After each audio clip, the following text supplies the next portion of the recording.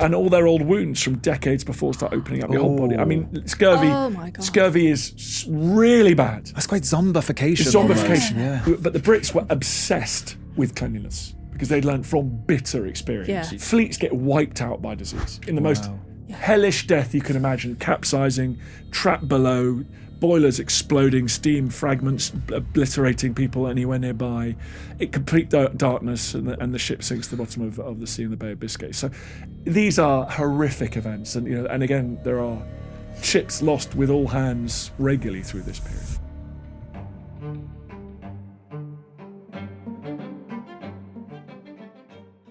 We all have a picture in our heads of what life was like in the golden age of sailing. We think of adventure, buried treasure, and swashbuckling heroes.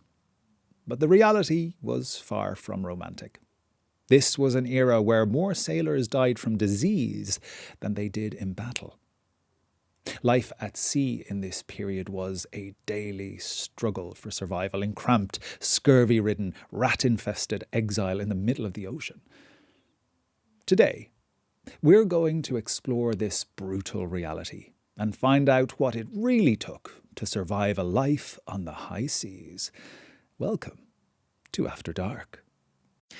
Okay, we've done a lot of ship episodes on After Dark. We have done, and I'm going to list them now, and you won't remember Go on. a single one. I'll tell you if I remember them. The Terror and Erebus. Remember that one? Okay. Mutiny on the Bounty. Yes.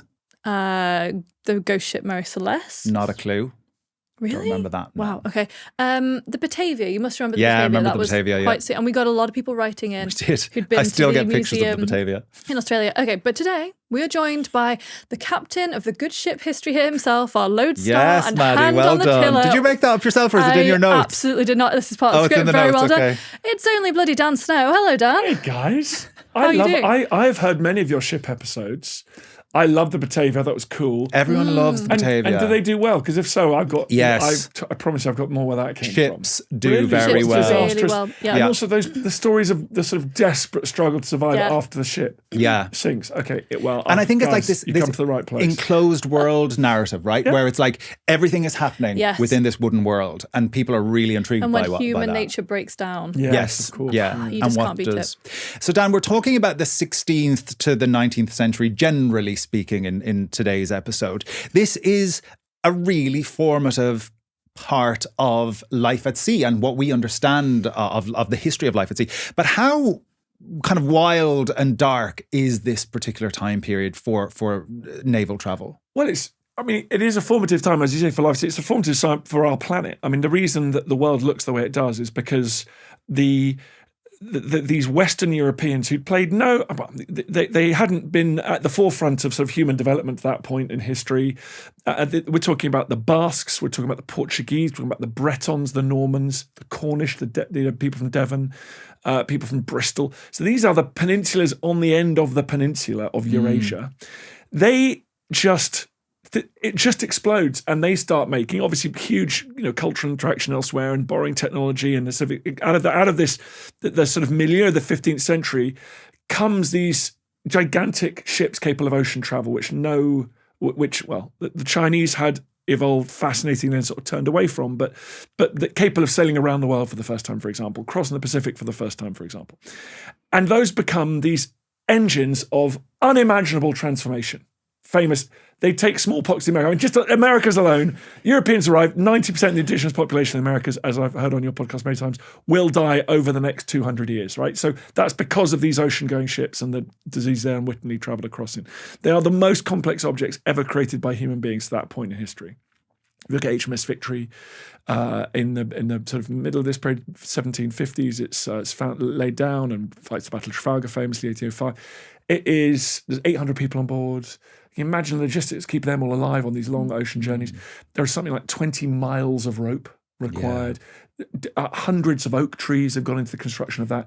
There is cutting edge science there in terms of guns, in terms of the navigational equipment. So, I mean, you're talking technological revolution and which in turn, and copper sheathing on the bottom, which in turn is an engine for further industrial revolution. This is military, industrial, complex stuff, right? So, but for the human beings on board, to get to the point, unimaginable. I mean, unimaginable, because sailing is miserable today.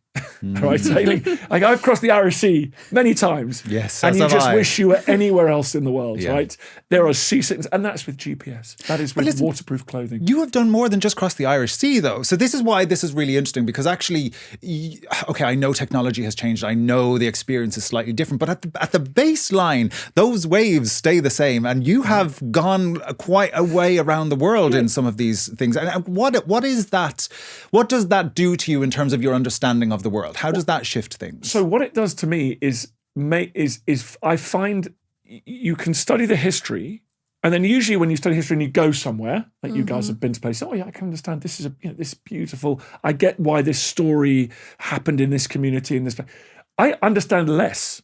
Like I've been in a big storm in the Southern so Ocean, interesting. and I actually go, I have actually no idea. how they Yeah. survived. No idea at all how any human being Did this. could survive with the equipment they had at the In time. the 18th century. Simply Yeah, yeah, yeah. unimaginable. Is that, Dan, is that what grabs your imagination about it, though? Because there is that mystery that you can, as a sailor yourself, go out to some of these places and actually you're not getting any closer to the history. Yeah, no, Or you're it's- getting further away. Yeah, 'Cause like when is you that read- what appeals? Yeah, I guess so. Because you read an account of Vasco da Gama's voyage to India for the first time a sort of European ship has left from Europe, sailed around the bottom of Africa and reached India. And I mean, just the weather, the other humans they had to deal with, the issues within the crews, the equipment failures in the crews. I mean, the ship sinking, the scurvy. When you get scurvy, of course, no one knows. No one has a clue about these Yeah, things. what it is. Yeah. Your old wounds open up, your teeth become loose in the gums. It's unimaginable. You've got corpses lying next to the barely living.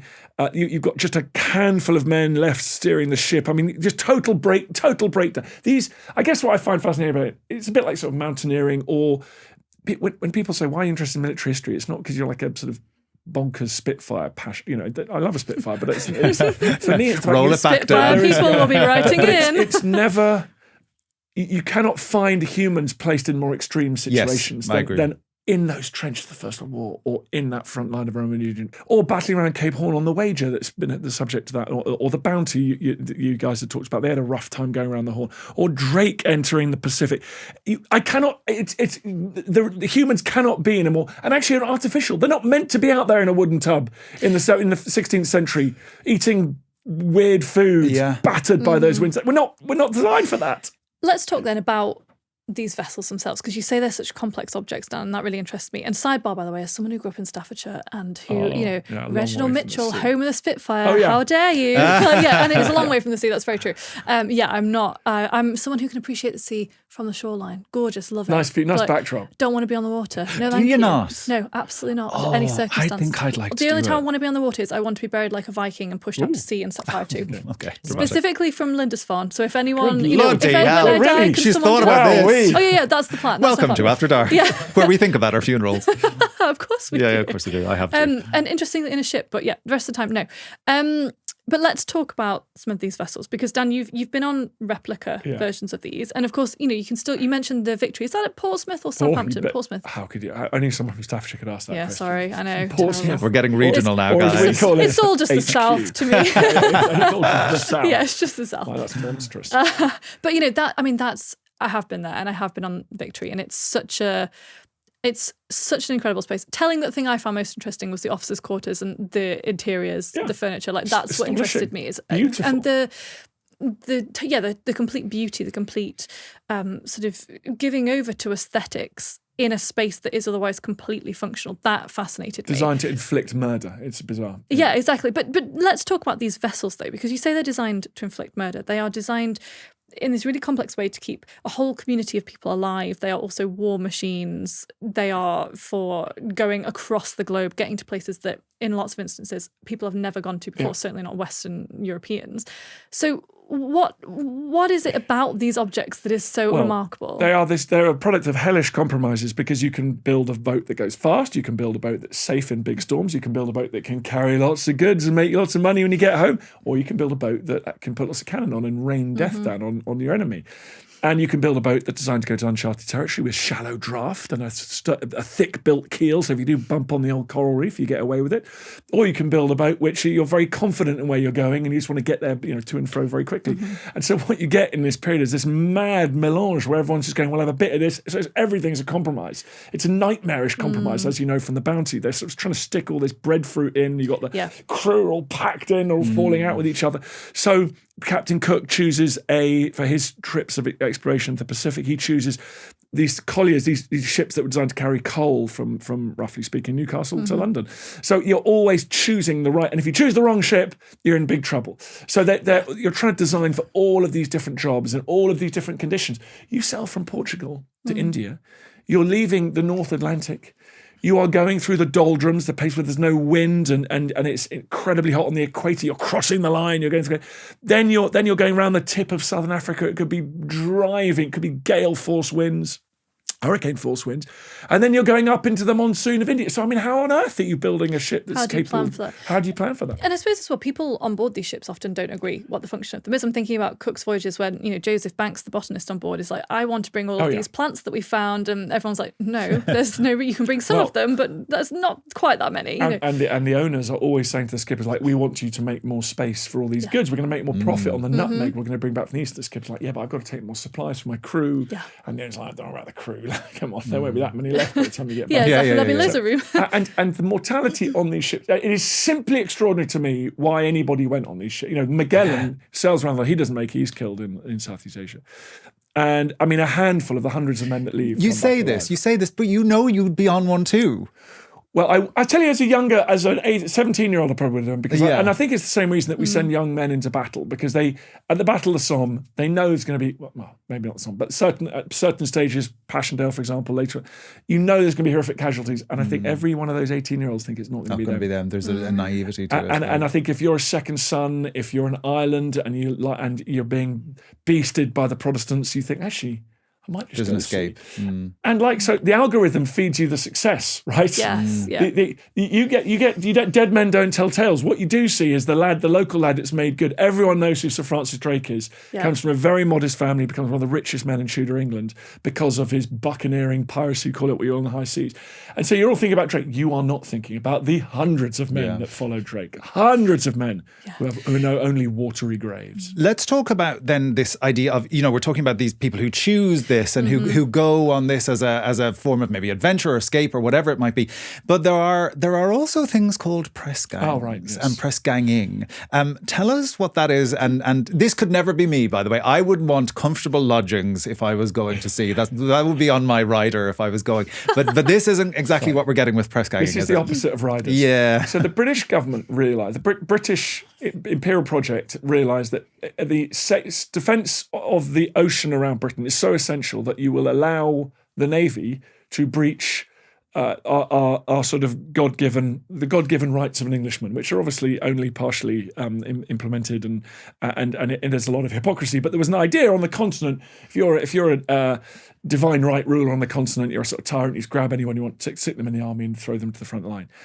In Britain, you're not allowed to do that. You have to actually recruit people. You have to. So you take the. You have to take the king's shilling. Now there's all sorts of skullduggery in the army. You go and you get them drunk and they sign up. They realize. So look, it's in practice. I think it may have looked quite similar. But the Navy were literally allowed to round people up. They could just come and knock on your door, like and drag you away, and then you could be at sea for years. Oh God, it is hardcore. Yeah, there is, but typically how this was used, there was the hot press, which was we're just going to take everyone, and that was in times of emergency, the outbreak of the Napoleonic War, for example. Typically, what you do is you don't want landsmen on board. You don't want people that don't know the ropes. That expression, because it's incredibly dangerous to have people. I've just gotten that expression. That's right. I mean, when you go on one of these tall ships, there is a forest of ropes. Each one has a very precise purpose. Don't know the ropes, of course. Yeah, so you go, that's great. Grab the halyard of the fore staysail. I'd be like, stop yelling at me. I don't know what to do. Then you get hit with a little whip thing as well. But anyways, so actually you want mariners. So what they do is you'd go on the quayside, you go to sailors' pubs, and you burst in and just drag them off. So they typically you're taking them from the merchant fleet. So it's not the case on the whole that they're like breaking into your house up country in a Yeah, farming yeah, community. yeah. They're just like, sorry lads, you're all coming to see. Yeah. But there are some examples of people getting caught up in the press. Yeah. Wow. And this, it's so telling that this happens for the Navy and not necessarily the Army. As you say, there are other forms of pushing people into the Army. At home, I got it at an auction. It's an old pewter mug that's got, I think it's from a regiment that was in India in the 19th century, and it has a glass bottom. And the idea was that you take the king's shilling, so someone would pop the shilling in your drink and you'd be drinking. And then when you got to the bottom of it, you'd be like, oh shit, somebody's given me this. And the glass was to check that nobody had done that to you. So, there were other ways to do that. But I think the fact that this is happening to the Navy shows how important the British Navy is in this moment, right? That it just needs a constant supply of men because so many of them are going to die out there. Well, many of them are going to die. They just require huge manning. There's no, the peacetime Navy was smashed because no one's paying any tax. So it just is reduced to a shadow of itself. And then in wartime, you have to take all the wrappers off all those ships that are anchored there in the Medway or in Rochester or elsewhere. And then you just have to surge crew on board them. So there's no sort of TA, no reserve, no National Guard. It's really, really intense. But there is a lot of volunteering. I should say Captain Cook famously volunteered. He left the coal trade and volunteered in the Navy. So it could be a route to wealth and a social escalator for men like Captain Cook, who was born illiterate in Yorkshire. So to a working family. So the Navy could be, and also if a captain's successful was Captain Cochrane, he was famous for being lucky. And he would often stumble across enemy vessels, and you got prize money. You got a share of that. The crew got a very small share, but they got a share of that prize money. So he never struggled to get recruits. So people would sign on to serve with him. Interesting. So sort of like celebrity captains. You bet. Then. Oh yeah. Yeah, I love that idea. Okay, so we've been press ganged. We've made it onto a Royal Navy ship. Speak for yourself. I definitely have not been press ganged. Some of us are less happy about it than others. I'm like the surgeon on board or something. I have to have some form of comfort. You think you have a choice in there. I don't know. They thanks, wouldn't look. Come on. If you were press ganging, would you come for me? No. But you know what? I think you're whether you're doing this on purpose or not. The famous character from Master and Commander, who's the Irish surgeon, played by Paul Bettany. So I'm seeing you, the sort of handsome, chiseled, rather. You can stop there, Dan. It's fine. You've said enough. Slightly uncomfortable in the maritime world around him, but an intellectual. Yeah, sure. I'll take all of that. That's what I will be. I'll tell you later what the surgeon has to do in battle. Oh shit! I haven't seen that show. I need to that film. I need to watch it actually. I think I quite like it. Okay, so we're on the ship. Obviously we don't know the ropes necessarily. Well, you might do if you were an experienced sailor already, but we certainly don't. What is life going to be like aboard? What's our daily routine? Okay, so if we're on, sorry, listen, this is all very. I mean, if we're on the, let's go Royal Navy. Yeah. So, and let's go sort of roughly speaking, the sort of famous age of sail that people be familiar with, the era of Nelson and things. So things are getting sorted out. This is a long way actually from the age of Drake, where it was all quite freelancey and just utterly chaotic. I mean, again, how anyone survived in the 6th century, actually, I almost don't know. And Drake indeed did, in fact, die at sea, but he almost died very early in his career in a particularly rough crossing of the Atlantic, having been ambushed by the Spanish very early on. Anyway, so if you're in the sort of age of Nelson, you're being paid. There is food provided for you. There's a lot of historians like to argue about this, as you'd expect. A lot of it differed from ship to ship. There were some brutal captains, no doubt, sort of traumatized lunatics or just psychopathic, and they would flog. So some crews were quite famous. As being some ships quite famous being sort of flogging ships, where the cat and nine tails would come out, which is a cat with a cat is a whip with 9 strands to it, knotted strands, and there would be 9 of them. So cat and nine tails, and you'd be flogged for a whole range of misdemeanors. There was also just arbitrary punishment that got banned as you go through the 18th century, which is senior rates could just sort of whack you with a little whip occasionally if you just needed to. As long as it's a little whip, then it's fine. Exactly. Just needed a little bit of encouragement. Remind you of your duties. Yeah. There was a lot of booze involved. I mean, I really do think that without alcohol, this age of European expansion, which would rewrite the demography of the planet and the political strategic balance of the planet, I think was almost impossible. And unless people are drinking alcohol I think it would have been completely intolerable. Isn't it so depressing, though? Can you imagine waking up the next morning with a head on you like a hammer, where you're going, oh my God, I'm stranded in the middle of, I don't even know where I am. Yeah. The world that I thought I knew in Portsmouth or wherever it is, whatever little harbour town. The South, the general South, is totally gone. And here I am with a pounding headache in some kind of a hammock or in some kind of a wooden slat thing, depending on what the accommodation was. That's not where You'd I'm. be used to it, I guess. After a few days, you'd be like, Well, I just humans live do with get this. used to that. Yes, true. So 14 true. inches, by the way, for your hammock, you're bumping up against people all the time. I referred to Drake again, but Drake lied to his crew, said he wasn't going around the world. They all thought they were going to the Eastern Mediterranean. So he sails past Morocco, and they all start going, Hold on a what's second. that? Wait, Yeah. what's where are you off to, mate? When are we going home? Yeah, because exactly. I'm tired. But looks I like do Africa. think that's really interesting, though, On that the you left. are at the whim of the person in charge of the ship often. I'm thinking about Mutiny on the Bounty and Captain Bligh, and obviously that doesn't go that well for him in the end, but he's someone who has a very strict idea of what discipline should be aboard the ship and how he's going to run it, and it is incredibly unpopular from the get-go. And if you've been press ganged into maybe an infamous ship where, the crew is brutally punished, the person in charge is someone who's well known for being violent and meting out these things. I mean, it's not an appealing life. And if you suddenly end up on a ship like that and you realise what you're doing, where you're going, what's happening, you can't turn around. There's no jumping off. You're just stuck in that situation. And yet, there's very few examples of mutiny in the Royal Navy in the era of Nelson. There are a few, but they're things, and there's some famous examples around weirdly pay, mostly in the 1790s.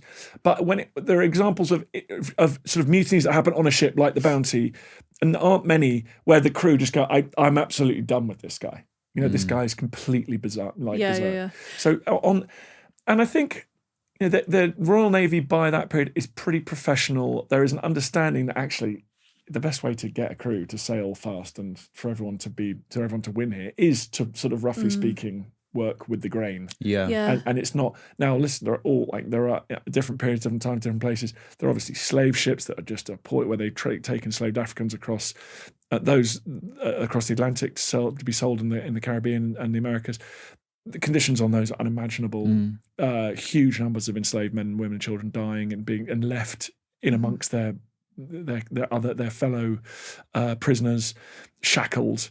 They couldn't sit up, they couldn't stand up below deck. So there are there are all sorts of different types, and the crews on those ships were fantastically cruel, and I think in turn their officers would have been. But by this period, you're in the Royal Navy, you're getting a sense that let's try good leadership. There is beginnings, a little bit of HR, there's a little bit of sort of managing the crew, and also if you don't want the crew to just jump overboard when you do arrive at a port and abscond, which would happen as well. You do think I might try and keep them a little bit sweet. So it's not. Recent scholarship has said that actually it was. Modern humans wouldn't be able to cope with it. It's a brutally hard life, but punishment wasn't the worst feature of it, probably. It's, for me, I think this idea that you're talking about of being rowing together in more cases than not is it's certainly what we encounter. Obviously, when we cover these ship histories, something usually goes wrong. So actually, it's an exception in those cases, and we're very aware that it's an exception. But when you're talking, Dan, about press ganging and bringing groups of people together who may not necessarily encounter one another in everyday life otherwise, I'm imagining that it can still be quite tension-filled, bringing and potentially that there's dangerous elements, individuals that are brought on. Do we have accounts of that happening? Yeah, definitely. So first of all, I don't want to get the old woke history. Don't slide into our DMs of the woke history. But everyone who goes on board a ship at this time says it was an extraordinarily cosmopolitan place. So you hear Danish. There are people from North Africa. There are people of colour. There are a lot of Irish. Yes, a vast number of Irish. We tend to get on the sea if we can. Like yes. 40% you get everywhere you go. An astonishing portion of Nelson's fleet at Trafalgar, off the top of my head, were Irish. Yeah, astonishing. I didn't know that. We don't know that in Ireland. Yeah. We're very difficult with those histories. We're not comfortable with them. That's difficult history.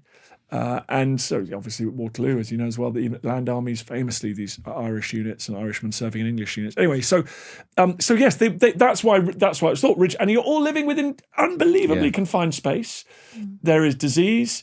One of the things they were very careful about. So yes, there is there is a lot of focus on troublemakers, dealing with troublemakers. They might be lashed. They might. I suspect you'd get rid of a troublemaker. You'd say, actually, get rid of them at the first port of call. If there's a sort of socialist revolution on board, they'd be a bit anachronistic. You might, which you do see in some of these mutinies in the 1790s. See kind of individual leaders described as troublemakers, but they got quite political. And I think that, but so that's why discipline and discipline, apart from anything else, so less even than the harmoniousness of the ship, weeing and pooing is a massive issue. Because in the middle of the night it's howling gale up above, and you 14, go actually inches from someone else. I might just go and have a quick wee down the side of the ship. And French ships were famously unhygienic from that point of view. But the Brits were obsessed with cleanliness, because they'd learned from bitter experience. I mean, you're talking 1500, 1600, fleets get wiped out by disease. Mm-hmm. Like, there's a French fleet in the 18th century, 7 Years' War, that arrives back in Brest, and then passes on that sort of plague basically to the people of Brest. I mean, wipes out French naval, and it further undermines the French naval capability in that first war. So and so the Brits were really, really strict on that. So there were serious punishments, even for having a little wee down the side. When you think, no one will notice in there. It's dark, pitch black in there. Bear in mind, right? Yeah. And no, you had to use the heads. You had to go up to the head of the ship and use the heads, and that there where the seawater would spray and wash off the whatever it was. Do you think, I suppose because these ships are floating microcosms of the British Empire, they embody these values. We have, the men below decks with their sort of earthenware mugs, and then you've got, beautiful blue and white porcelain in the officers' quarters. Like, everything is coded according to the structures and hierarchies of the world back in Britain. Do you think it's fair to say, with the exception, you've referenced the 1790s mutinies, I'm thinking of Spithead and Nor in particular, which obviously happened somewhere in the south. I don't know, it's just the south, somewhere near there. But, very, very close to home. Whereas, do you think it's fair, Dan, to say that the mutinies that occur, the famous ones at least in this period, are happening when ships are getting further and further away from that centre of empire and that I think that a idea little of bit, home? when the elastic's stretched. I mean, there are times when if a ship's company arrives back in Britain and they're expecting either leave or to be released from having pressgang, and they literally that day go, sorry, turn around, lads. You're all transferring now onto HMS, Tonnant. We're leaving port tomorrow, and there were issues. That still happens in the army today. Well, exactly. But if you're not there because you want to be, then it's quite. If you haven't chosen it, it's a different thing. But on the whole, yes. If you're by yourself on the other side of the world and things get a bit loose, you can imagine. And the Bounty is a great example of that. I think again, though, I want to say that the nature of the sea in the army. Posh people can buy a command with absolutely no experience, because there's various theories around that. One is that you want posh people in command of an army because they're revolutionary entities. You've got the experience of Oliver Cromwell in Britain and Ireland. You do not want normal, common people being in charge of an army that can march into London and take over power and execute the king. Navies are, so in army you want posh people. Also, all they have to do really is show that there's an old expression in the British Army, sergeants teach men how to fight. Officers teach men how to die. So if you just get your gear on, stand up, straight back in front of the men as the French are advancing, and don't flinch when the bullets start. That's sort of the job of an officer. That's how you're going to do it. Most people can do that, right? If you want to. Probably not me, but now, most other people. Now, you give someone the keys of a naval ship. These are the most expensive thing the British state is building at this point. You want somebody who knows what they're doing. Yeah. Now, there is patronage, surprise, surprise, well-connected and posher people tend to rise to the top, but there are exams that you have to pass. There is an apprenticeship you have to serve. You have to do years at sea. People like Captain Cook can move up the ranks. So there is a meritocracy there. And therefore, they are quite, given the, in all the panoply of the Georgian state, there were people who knew what they were doing in charge of these ships, and they knew how to run a crew. They'd gone to sea at 14. And so I think they were quite good at, and some of them didn't need to use the lash. Some of them were good at keeping that very heterodox, crazy, multi-confessional, multi-ethnic ship's company all pointing in the same direction. I think that's just experience. These were really, really good sailors.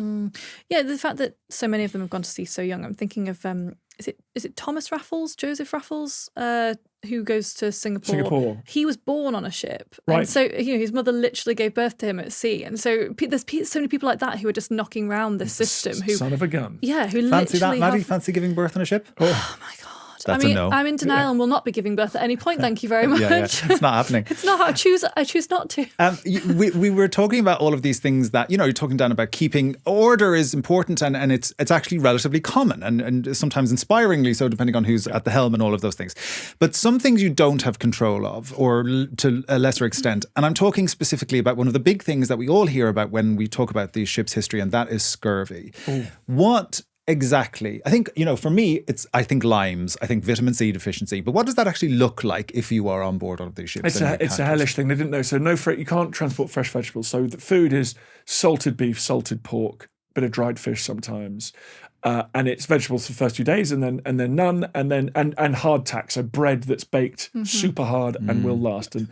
And you whack it to get the weevils to come out of it, and then you soak it in. What's a weevil? A weevil's just a little sort of. It looks like a little caterpillar. Yeah. Oh, they're actual insects. Yeah, they're insects. Yeah. Oh. So you whack it. Some people ate the weevils for protein. Not for me, but okay. And you dip it in, your punch and your rum. Yeah. And so and you try and sort of gnaw into it, just your molars would get torn out. So that is a diet without vitamin C, and that is why on long journeys like Dargama, like Magellan, frankly, like most of like the Wager, like anyone you can mention, like Anson going around the world, he takes a load of Chelsea pensioners with him. These old guys he can't find enough people, so he takes old people from the army's retirement community, and all their old wounds from decades before start opening up your whole body. I mean, scurvy. Oh my God. Scurvy is really bad. That's quite zombification. It's zombification. Yeah. I actually don't know why my kids don't get scurvy, because they avoid vegetable. Do you know someone in my university hall's got scurvy? Really? Yeah. What? That's going some. It was a boy, obviously. That's white toast. Yeah, every day. yeah. White toast and like cans of Coke. I think that's literally. That's insane. Wild. That is insane. So no, and that's hellish. And then of course you've got shipwrecks as well, which is loss of life at sea. I mean, you will lose more men in a shipwreck than you do in a battle. You will lose more men in a shipwreck than you will in battle. Okay, so more people, Battle of Trafalgar people have heard of. More Brits are killed when the Royal George capsizes off Portsmouth than in the Battle of Trafalgar. More people were killed when with Queen Caroline, HMS Queen Caroline, in fact blew up by mistake than were killed in the Battle of the Nile. I mean, so these are mass casualty events when these ships sink. And then in the 19th century, you got the complication of they're trying to use all this new technology and incorporate steel and iron and heavy guns and things on all these ships. So you get HMS Captain, where it's the highest. The most number of naval personnel killed in an instant between the Napoleonic War 1815 ending and the First World War. Some 800 people just gone in an instant flash in the most hellish death you can imagine. Capsizing, trapped below, boilers exploding, steam fragments obliterating people anywhere nearby. Complete darkness, and the ship sinks to the bottom of the sea in the Bay of Biscay. So these are horrific events, and again there are ships lost with all hands regularly through this period. I want to talk, before we kind of wrap up, about one aspect of this shipping history that we recently went to Royal Museums Greenwich, and we were looking at some of the Pirates exhibition there. Is this the Royal Week? So I was thinking I didn't do this. No, Dan and I. Oh, Dan and you, right, okay. And the Royal Week as well. I refer to myself in the third person from now Always. on. But what struck me about that exhibition is just the variety within piracy and what that actually looked like and where it was coming from and the different worlds in which pirates were operating in and functioning in different ways as a result of that. Talk to me about that pirate life, say in the 18th, early 19th century. Is it what we see in Pirates of the Caribbean? Is it Treasure Island, or is it something far more nuanced? I think there were a few less sort of ghosts involved, but well, although depending on your point of view. I think pirate. There would have a very, very, very fine line between pirates, merchantmen, and naval officers, and or certain naval ratings, and actually in times of peace, you've got a massive. All the navy just fires all of its lots of its sailors and lots of its experience of senior sailors. And like ships, petty officers and things, and a lot of them would go and work in the merchant fleet. And part of the merchant fleet might be, if you sailed past a Danish ship and you had and there was, or rather, if you sailed past a sort of Spanish ship and there was a war going on, and you might, there was a fine line between trading and sort of buccaneering, I think. And you see it from Drake onwards. So it's as you say, it's everything. It's pirate. It's the dirty world of the transatlantic slave trade. You're down there. You're a ship. You've got some Africans on board. There's another ship trading. You go and take their Africans and sort of kill a few crew members. It's just another little twist in the tail of what is just a sort of monstrous scene going on generally. And in the same way that a bit of so smuggling. Where does smuggling tip over to piracy? You're bringing excise free, big tax free brandy into the coast of England, and you sort of shots are fired occasionally with some excise men. You're branded a pirate, whatever. So it's a very, very diverse world. But what's amazing, I suddenly thought as I was saying this, is that we haven't even talked about sea battles yet, because everyone's perception will be the mass casualty. So we talked about disease and discipline. And ships lost at sea, but of course we haven't even talked about the horror that would be in a sea battle, where you basically the idea is Nelson's plan was to get as close as you can to the enemy and bombard them at not point blank range, actually at touching range, so much so that when enemy ships catch fire, you have to start throwing buckets of water on your own ship because you're worried the fire's going to spread. I mean, you're interlocked with the enemy ship and you're firing. Are people jumping over then? People jumping over. One famous Irishman at the Battle of Trafalgar climbed up the rudder of a French ship and sort of fought his way through the main. It was full Hollywood. It's an extraordinary story. Yeah, it's full. But yeah, and at one stage, HMS Victory, and actually I think it's the Téméraire, a British ship, curiously, crashes into the Redoutable French ship, and the French crew had been gathering on the bows. They knew they couldn't beat HMS Victory in a cannon battle. They began the bows to jump onto HMS Victory and take it over by force, hand to hand. And Téméraire just comes out of the smoke, out of nowhere, crashes into her, and just fires these carronades, these cutting-edge state-of-the-art guns that just annihilate. I mean, First World War levels of casualties of this French crew. Just this, supersonic pieces of iron just scream through these men, shattering limbs, tearing people. When they do hit wood, they gouge splinters out. So you've got a foot-long, sharp splinters of wood just sort of flipping through the air, ripping people to pieces. And that's where the surgeon comes in, because he's sort of vaguely, he's vaguely hiding, and then I'll emerge. He's down in the depths of the ship, and they're carrying people down. These long queues. Nelson's carried down at Trafalgar. And he says, and everyone goes, the Admiral's here. And Nelson says, there's nothing the surgeon can do for me. I don't want to jump the queue. And he just puts himself in the corner and slowly drowns in his own blood.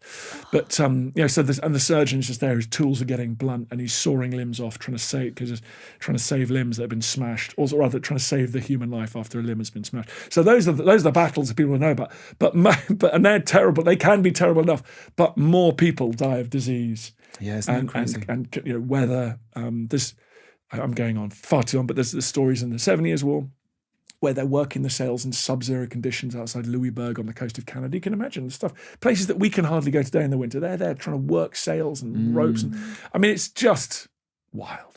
I think that's one of the things I will take away. We do have a closing question for you, but before we get there, I think that's one of the things I'm going to take away from this conversation, is that there's actually very little way that we can really imagine what this would have been like. That I think that was a really good point to go. You think you might be able to, I feel a bit seasick. We're very close together. And we've seen so much Hollywood depiction. Yeah, because also we don't know just what the months of sleep deprivation, of that kind of diet, perhaps of shortages of food, of the trauma that we've witnessed. Like I don't think we can begin to sort of. You can go, I've climbed a mast and I've in sub-zero temperatures and certainly. Yeah, but then you. In your modern gear, then you had hot chocolate or something. That kind of soul-destroying thing. Yeah, the psychological and the physical effect is. And we know from bones of sailors, for example, the Mary Rose sailors, is their skeletons were hammered. They were showing signs of extraordinary hard labour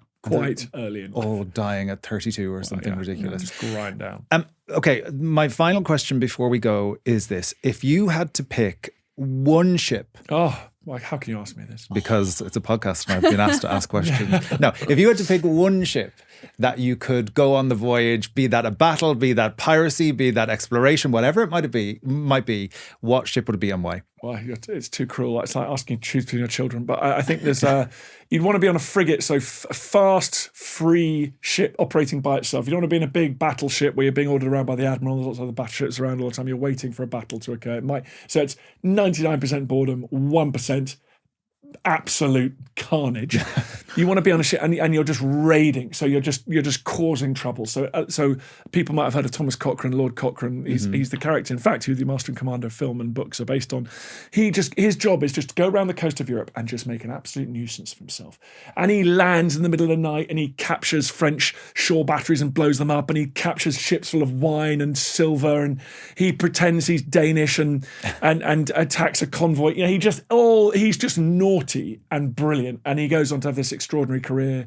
And he at one stage creates a big floating bomb and sails it towards a French fleet at anchor with a gale rising. He sets the powder thing, jumps off the back of this ship. They row away into this huge storm. The ship blows up, and all the other ships go in and try and attack the French. I mean, it was just sun up to sundown. In fact, beyond that, hijinks. That is the ship I'd like to. We are overdue a period drama of this. I know there's the film, but they only made they the one, right? Like Disney can do something or something. Yeah. And who is your favourite child?